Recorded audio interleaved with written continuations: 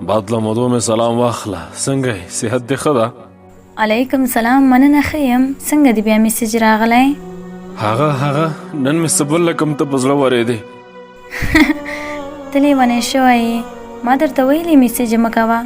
نه مې کوه خو دې سر خوړلې زړه سره څه وکړمه؟ زهر وخوره خو میسج مه کوه. ته جدي وي؟ هو زه جدي یم.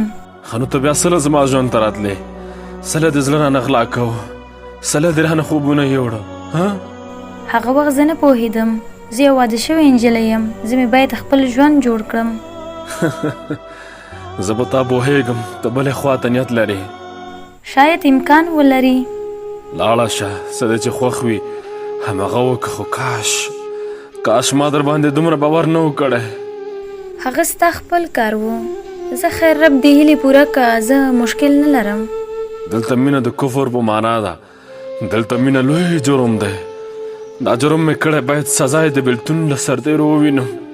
ته مې نشي درک کوی. وخت ته انتظار اوسه. وخت شاید تغییر ومومي. وخت وخت چې تغییر مومي بیا به ما تغییر کړی وي.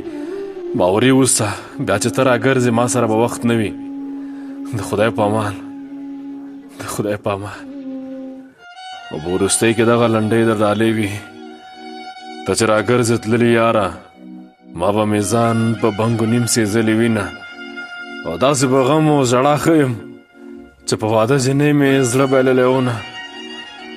ورځه په مخ دې ښه شه، د سلو یاره مخ ته لیار وهم مینه.